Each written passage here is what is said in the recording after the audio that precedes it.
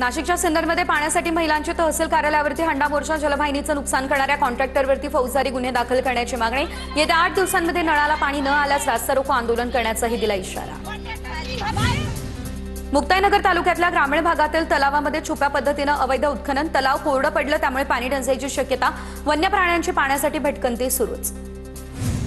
नाशिकच्या येवला बाजार समितीमध्ये कांद्याचे सरासरी दर 1000 रुपयांच्या आत, कांद्याला 1000 रुपये अनुदान द्या, अन्यथा गांजा लावण्याची परवानगी द्या, कांदा उत्पादक शेतकऱ्यांची ही मागणी।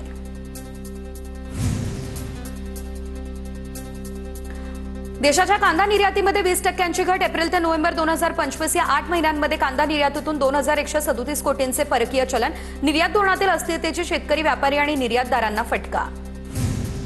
वाशिम जिल्ह्यात शिरसाळ्यामध्ये सह्याद्रीमधील पान जांभुळाची यशस्वी लागवड, प्रयोगशील शेतकरी दत्तराव इंगोले यांना पान जांभळाच्या शेतीतून लाखोंचं उत्पन्न मिळालं। धुळे तालुक्यातल्या कुंडाणे शिवारामध्ये मक्यावरती व्हायरस, कणसातील दाणे परिपक्व होण्यापासून आता पानं पिवळी पडू लागली, शेतकऱ्यांकडून मक्याची तोडणी सुरू, मक्यावर पडलेल्या रोगाबाबत कृषी खात्यानं मार्गदर्शन करण्याची शेतकऱ्यांची मागणी। भंडारा जिल्ह्यातल्या 52 शेतकऱ्यांचा युरोपमध्ये अभ्यास दौरा, या दौऱ्यामध्ये आधुनिक पीक पद्धती, सेंद्रिय शेती, दुग्ध व्यवसाय यांचा अभ्यास केला जाणार। फ्रान्स, स्वित्झर्लंड, जर्मनी, नेदरलँड्समध्ये आयोजित दौरा।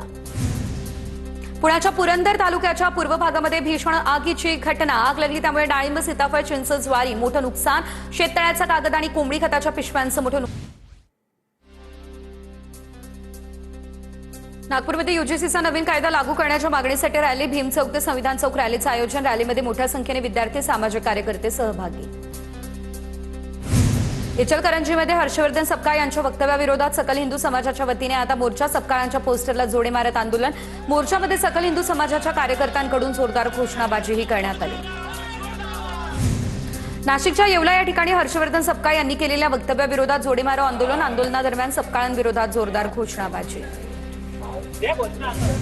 जळगावमध्ये मामा भाच्याचा चाकूचा धाक दाखवत अपहरण करून 20 लाखांची मागणी केल्याची घटना, मात्र पोलिसांकडून सुखरूप करण्यात आली सुटका।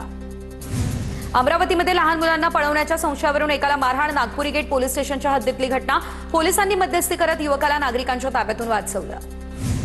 सांगली पालिकेकडून सलग दुसऱ्या दिवशी महापालिकेचे अतिक्रमण हटाव मोहीम, झुलेलाल चौक ते शंभरी फुटी या रोडवरील अतिक्रमण काढलं, नागरिकांना अतिक्रमण काढण्यासाठी मुदत द्यावी, काँग्रेसची मागणी।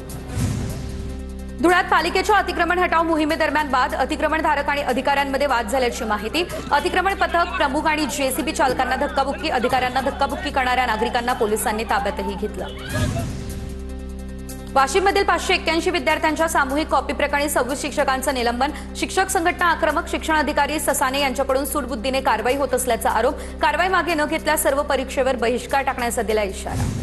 नागपूरमध्ये मोबाईल चोरी करणाऱ्या आंतरराज्य टोळीचा पर्दाफाश, झारखंडमधील 10 जणांच्या टोळीला पकडण्यात पोलिसांना यश, तर यामध्ये 40 स्मार्टफोन आरोपींकडून करण्यात आले हस्तगत। जालन्याच्या वडीगोद्रीमध्ये स्टेट बँक ऑफ इंडियाच्या शाखेमध्ये दरोड्याचा प्रयत्न करण्यात आला, बँकेच्या मागचं शटर तोडून आतील रक्कम पळवण्याचा प्रयत्न, चोरांचा रोकड पळवण्याचा प्रयत्न फसला, चोरी दरम्यान 5 ते 6 चोरटे सीसीटीव्ही कॅमेऱ्यात कैद झाले।